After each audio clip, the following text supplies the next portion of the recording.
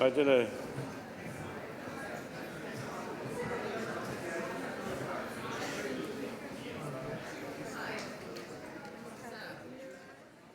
Hello?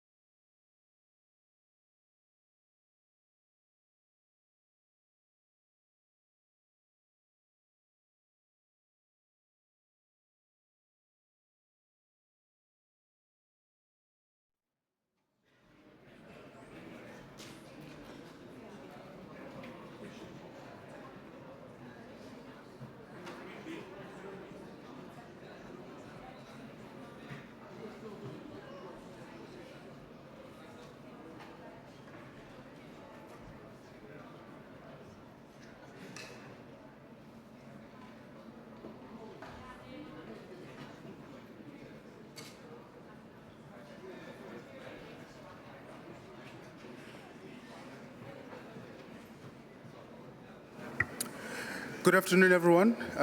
It is my pleasure to welcome you to this ActionAid press conference. Today we will be talking about why COP29 must deliver climate finance, and we do have messages from the front lines. My name is Kevin Maenzanise. I'm the Global Media Officer at ActionAid International. Today I have on the panel Teresa Anderson, who is our Global Climate Justice Lead at ActionAid International, Noura Mohammed, who is the Country Program Manager with ActionAid Somaliland, Musamat Dulali, a community member from the Kalapara region in southern Bangladesh, and Michelle Hijalin, the Executive Director of ActionAid Australia. I'll give the floor to Teresa Anderson. She'll give us an overview of COP29, what we can expect, and the state of negotiations. Over to you, Teresa. Thank you, Kevin. COP29 is about the new climate finance goal to unlock climate action in the Global South. And without finance, talk about climate action will remain just that, talk. They say there is no such thing as a free lunch. Well, there's no such thing as a free climate target either. If we're serious about climate action, we have to pay for climate action. Frontline countries who have done almost nothing to cause the problem are being pushed deeper into debt by the climate crisis. They are the ones paying year after year to recover from droughts, floods, and cyclones. The climate crisis is pushing the Global South deeper and deeper into debt.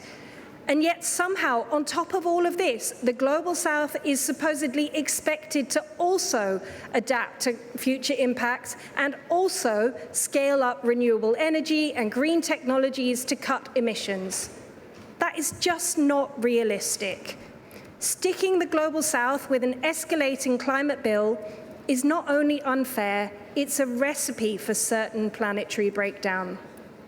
This is why climate-hit countries desperately need COP29 to agree a new climate finance goal that delivers real money worth trillions of dollars in grants each year.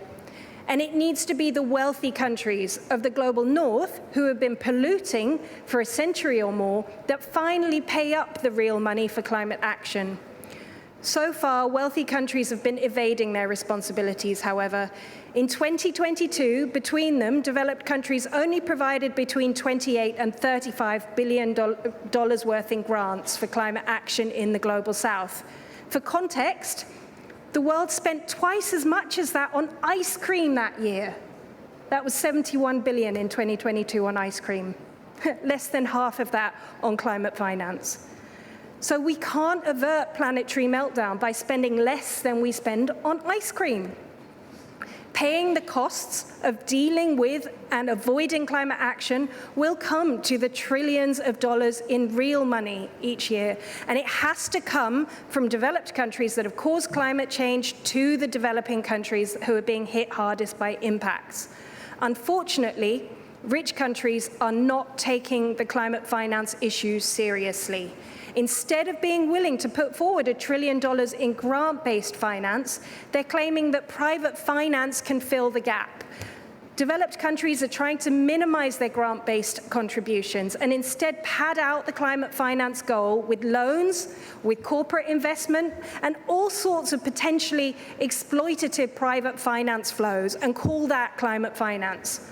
But loans aren't climate finance and should not be classed as climate finance. Loans actually worsen the climate crisis because indebted countries prioritize debt repayments over climate action. And they're often pushed to pay back their debt with interest by expanding fossil fuel exports. So classing loans as climate finance could end up making the climate crisis worse.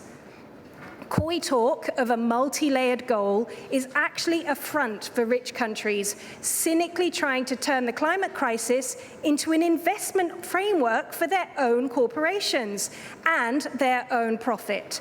That cynicism in the midst of the climate crisis we face is simply staggering.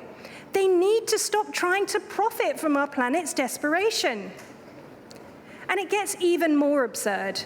Rich countries are also trying to rip up the rules by putting obligations on the Global South for climate finance so that they can avoid being held to account for their own responsibilities.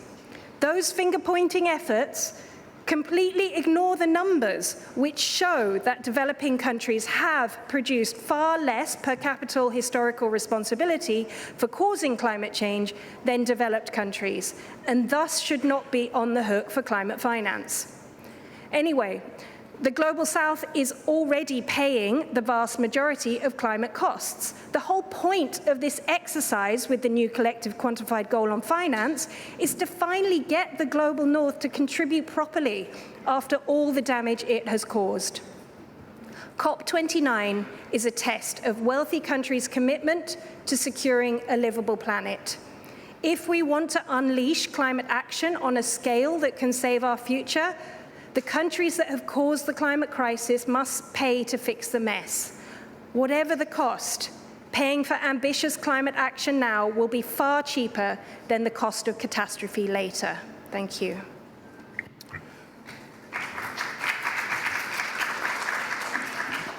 Thank you very much, Teresa, for that compelling submission.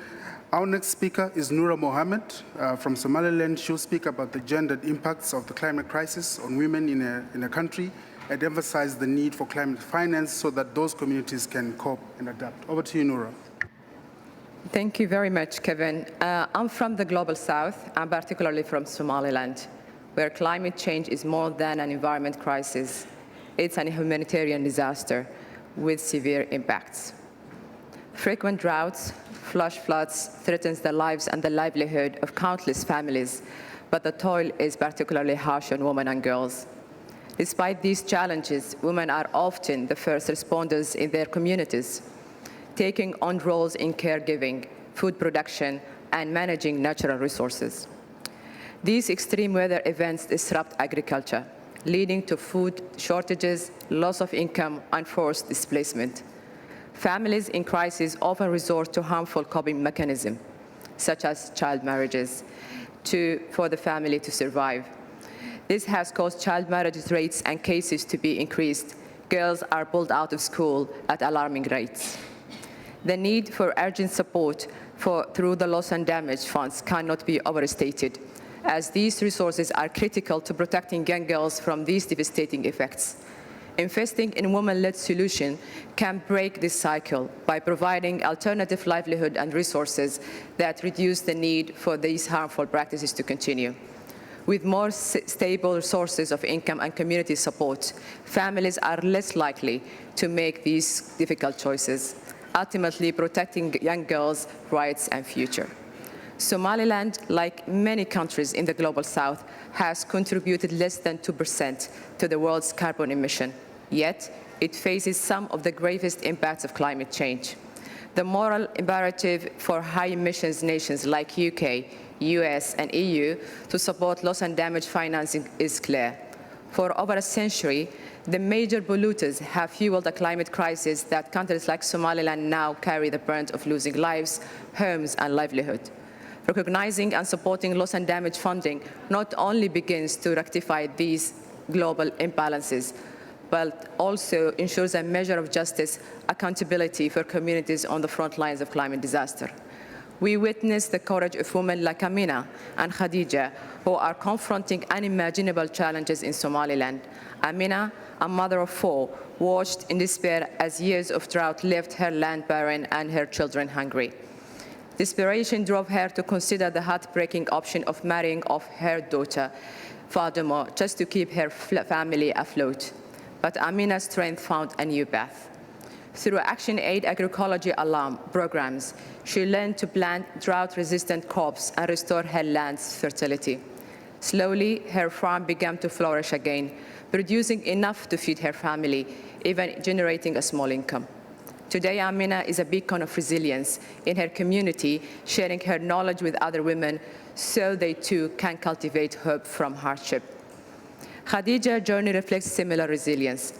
With well drying up near the village, she endured daily treks under the searing sun, walking miles for a single day supply of water, endangering her safety. Through Action Aid support, Khadija rallied her community to build rainwater harvesting systems, transforming access to water and creating a local lifeline during severe droughts. Women in Somaliland are not just victims of climate change, they are also the front lines of resilience, pioneering solutions through agroecology, water conservation, and sustainable farming practices. Action Aid's training program equipped these women with the skills to restore arid lands, cultivate food, and provide for their families even in the harshest conditions. Yet, these community-led initiatives are severely underfunded. Loss and damage funds must prioritize women-led climate initiatives to enable women in Somaliland to become an agents of change in their own communities. The climate crisis demands inclusive solutions, yet women from the global majority, those most affected by climate impacts, remain unrepresented in COP. Ensuring that those women from places like Somaliland are present and heard at Climate Summit is essential to address the systemic exclusion that perpetuates climate injustice. These women offer indispensable insights and culturally relevant solutions that are too often overlooked in decision-making spaces dominated by the global North. Their inclusion is key to creating fairer, more just responses to the climate crisis. Supporting women-led resilience initiatives has ripple effects that extend beyond adaptation. Women should lead. Communities become more equitable with women leadership, and their benefits often spill over into the areas like education, health, economic empowerment. By prioritizing women's leadership in climate solutions, international funders and policymakers not only build climate resilience, but also empower a broader social transformation that strengthens communities as a whole. In short, investing in women-led resilience is a powerful strategy to counter the impacts of climate change in Somaliland. It acknowledges the unique contributions and the capacities of women, promote justice, and leverages the transformative potential of women to build stronger and more resilient community. Thank you. Thank you so much, Noura. We'll move on now to Dulali, who is a community member from Bangladesh. She will share with us her lived experiences at the front lines of the climate crisis. She will speak in a local language and have a translation. So over to you. আসসালামু আলাইকুম আমার নাম মোসাম্মদ দুলালী আমি বাংলাদেশ থেকে আসছি দক্ষিণ উপকূলীয় অঞ্চলে কলাপাড়ায় আমার বাড়ি পরিবেশ জনসুরক্ষা মঞ্চের সদস্য ও নারী উন্নয়ন ফোরামের সদস্য Hi, my name is Dulali. I'm from a southern coastal part of Bangladesh called Kolapara. I am a member and a volunteer for a women's rights advocacy forum and environmental protection platform. আমার শৈশবে অনেক সুন্দর জীবন যাপন করতাম এ সময় আমাদের গোলাবাড়া ধান ছিল গোয়ালবাড়া গরু ছিল হাঁস মুরগি আত্মীয়স্বজন নিয়ে অনেক সুন্দর জীবন যাপন করতাম During my childhood and teenage years, we spent a prosperous life, barn full of livestock, house, protected shelter, plenty of fish in the rivers. জলবায়ু পরিবর্তনের কারণে একসময় 2007 সালে সিডর বন্যা আমাদের সব কিছু ধ্বংস করে দিয়ে যায় In 2007, we faced one of the most devastating cyclones in Bangladesh history called Cyclone Sidor that changed the course of our future. এমনকি বসত বাড়ি ভিটা সব কিছুই ঘূর্ণিঝড়ের জলোচ্ছ্বাসের কারণে নদীতে নিয়ে যায় Due to high tidal surge and waterlogging, it washed away several villages and our livelihood. কৃষি জমির ক্ষতি including loss of agricultural land and dwindling stock of fish in the rivers. বিশুদ্ধ পানির অভাব Lack of clean and safe drinking water. অন্যান্য রোগে আক্রান্ত And new illnesses and diseases we have never seen before.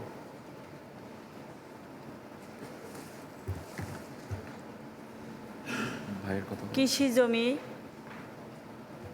কর্মসংস্থানের অভাব এমনকি কিছু কিছু লোক গ্রাম ছেড়ে শহরে যায় Due to loss of livelihood and also loss of life, many people migrated to urban areas. তারা যে গ্রামে কাজ করত কিন্তু শহরে যে তারা তো ওই কাজে অভ্যস্ত না তার কারণেও তারা আরও বেশিরভাগ ক্ষতিগ্রস্ত হচ্ছে Since they were not used to the urban city life to fend for themselves, they struggled to make ends meet, leaving their families behind, causing issues like early marriage and negative coping strategies to live their regular lives. একবারে cedar বন্যাই আমাদেরকে ধ্বংস করে নাই এরপরে মহাসিন ফণি আয়লা Nargis Remal আমপান এই বন্যাগুলো পর্যটন প্রতি বছরই 3 থেকে 4 বার আমার উপকূলীয় অঞ্চলে আঘাত হানে। এর কারণে আমরা অনেক ক্ষয়ক্ষতির ভিতরেই জীবনযাপন করি। Since 2007, every year we have been facing more and more cyclones, including cyclone Alia, Mahasen, Roanu, Mora, Nargis, Fani, Bulbul, and several others. This year alone, we faced 4 cyclones consecutively. আমাদের এত ক্ষয়ক্ষতির পরিমাণ জলবায়ু পরিবর্তনের কারণে এমনকি এত প্রচণ্ড বাতাস যাতে ঘরের ছাউনি ভিটা বাড়ি জলোচ্ছ্বাস হয়। যে কবারই আপনার ঘূর্ণিঝড় আসে তখনই জলোচ্ছ্বাস হয়। জলোচ্ছ্বাসে লবণাক্ততা দেখা দেয়। লবণাক্ততা দেখা দেওয়ার কারণে কৃষি জমির ক্ষয়ক্ষতি হয়। Due to high salinity caused by high tidal surge, we have not been able to do agriculture, which has affected our livelihood. That also impacted ability to finance education, take care of your health, leading to people resorting to other means, including migration to nearby areas, and having to suffer the consequences of reduced nutrition and other challenges. লবণাক্ততার কারণে আমাদের কৃষি জমির যে ক্ষয়ক্ষতি হয়, আগে প্রচুর পরিমাণ আমাদের এলাকায় ধান হতো, এখন ধানের পরিমাণ কম। তরমুজ আমাদের উপকূলীয় অঞ্চলে তরমুজে খুব বিখ্যাত, কিন্তু এখন আগের মতো ওই রকমের তরমুজ হয় না, রবি শস্য হয় না। আমরা সব দিক দিয়েই ধ্বংসের দিকে আগাচ্ছি। We were a self-reliant, resilient community, but the effects of climate change is really testing our ability to cope. So we are seeing lives of our communities and villages collapse in front of our eyes. জলবায়ু পরিবর্তনের কারণে আমরা পর্যক্রমে যে প্রতি বছর একের পর এক ঘূর্ণিঝড় আসতেই থাকে, মানুষ সব সময় আতঙ্কের ভিতর থাকে। যেমন তারা সবসময় এমন একটা আতঙ্ক থাকে, ঘূর্ণিঝড় আসলো নি, এই বুঝি আমাদের সব কিছু কেড়ে নিয়ে গেল নি, আমাদের বাড়ি ঘর বাপ দাদার বাড়ি ভিটা সব কিছু নিয়ে গেল। আমাদের উপায় কি? আমরা কোথায় দাঁড়াবো, কিভাবে চলবো, আমরা আমাদের সন্তানদের নিয়ে আমরা কি খাবো? Women and children are also one of the main sufferers of this climate crisis, especially due to lack of clean water. We're having to travel long distances, and that's also causing other challenges on protection and our safety. We live in constant fear, not knowing when the next cyclone will hit, how we are going to protect our land, protect our people, and protect our livestock. জলবায়ু পরিবর্তনের কারণে আমরা যে ক্ষতিগ্রস্ত হচ্ছি, এগুলো আমাদের পক্ষে প্রতিহত করা সম্ভব না। যদি আপনারা আমাদের পাশে, আমার অনুরোধ, আপনারা যদি আমাদের পাশে একটু সহানুভূতি দেখান, আমাদের পাশে দাঁড়ান, তাহলে হয়তো বা আমরা একটু সুন্দর মতো জীবনযাপন করতে পারবো। সকলকে ধন্যবাদ। আসসালামু আলাইকুম। We can't face this crisis alone. We have done so for many years, but it is time for the developed countries to step up and protect us. Without your help, we will not be able to sustain in the long run. Thank you.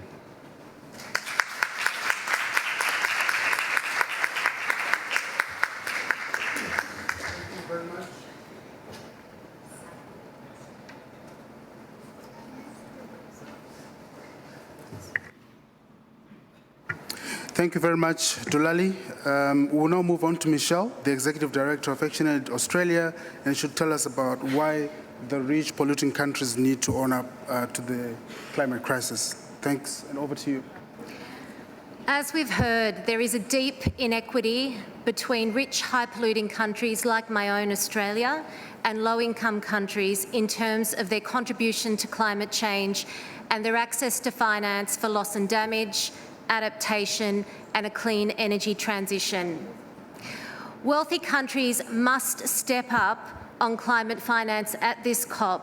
It's critical to securing an urgent phase-out of fossil fuels.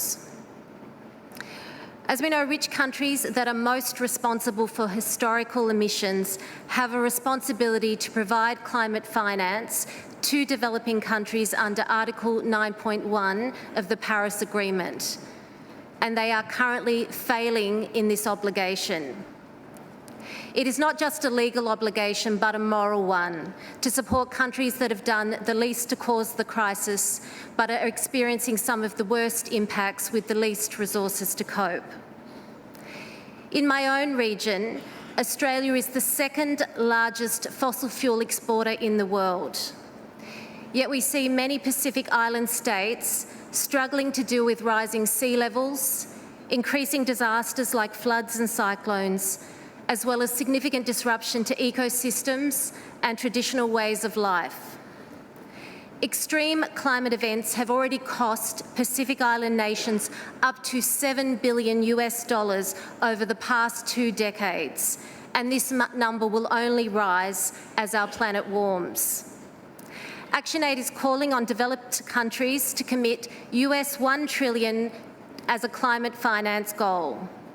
And we know that there are a range of approaches that can help mobilise this urgently needed finance, including ending indirect and direct fossil fuel subsidies, which amount to over $7 trillion annually, including what's needed to clean up after climate disasters.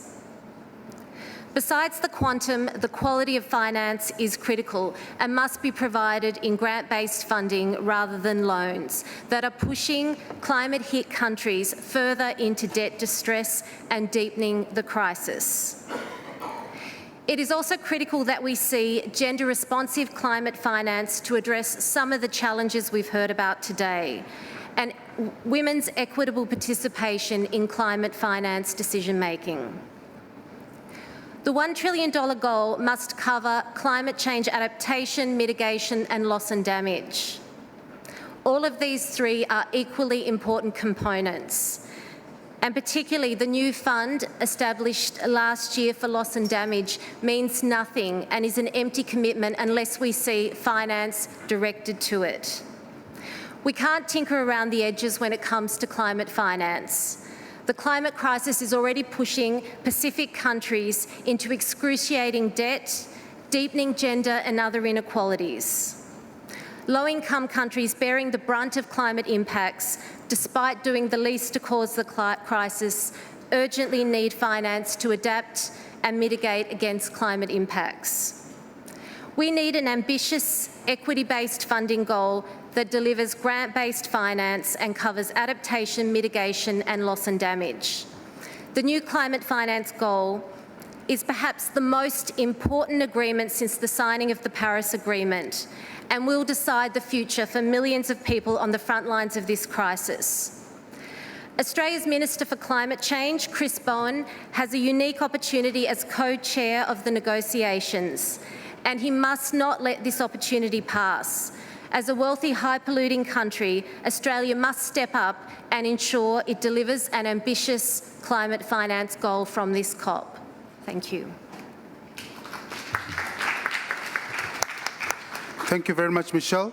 We'll open the floor now to questions. We'll prioritise any media, journalists who are here. I will take one question. Yes, please go ahead. Yeah. Yeah. Introduce yourself. So thank you for that. How do you respond to the call of the rich developed countries to also include China, Saudi Arabia, the UAE and countries like that in the contributing countries to that financial goal? Yeah, the second question as well, and we can take it all at once, please.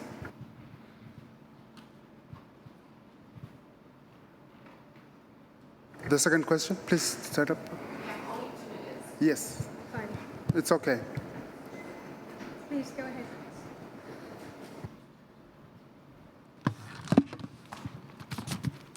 Sorry, Christopher Marchant, PNI. This relates a little bit to the previous question as well, but can we expect the incoming US administration, seriously, can we expect them to be increasing climate finance? And if they're not, is it going to be an impetus for other countries to be contributing to climate finance as well?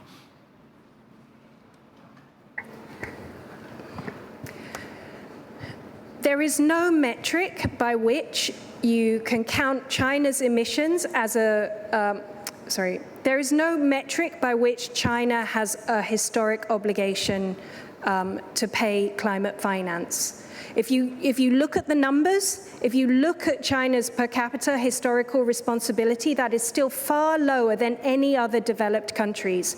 So all this finger pointing at China is actually geopolitical whataboutery.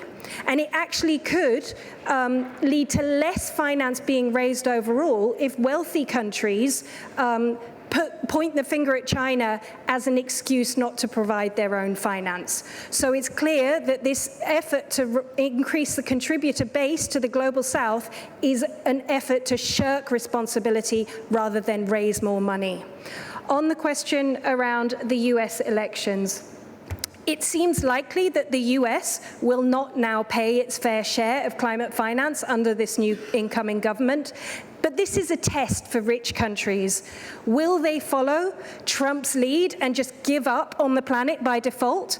They need to ask themselves, rich countries who need to ask themselves whether they actually want to fall in line with climate skeptic attitudes or whether they actually want to fix this crisis. If they believe in the climate emergency, then they should be willing to pay more than their fair share of climate finance, not less, because whatever they end up contributing is going to be cheaper than the costs of climate disaster. Thank you so much for this time. If you have any questions, we can take them outside of the press conference. Thank you.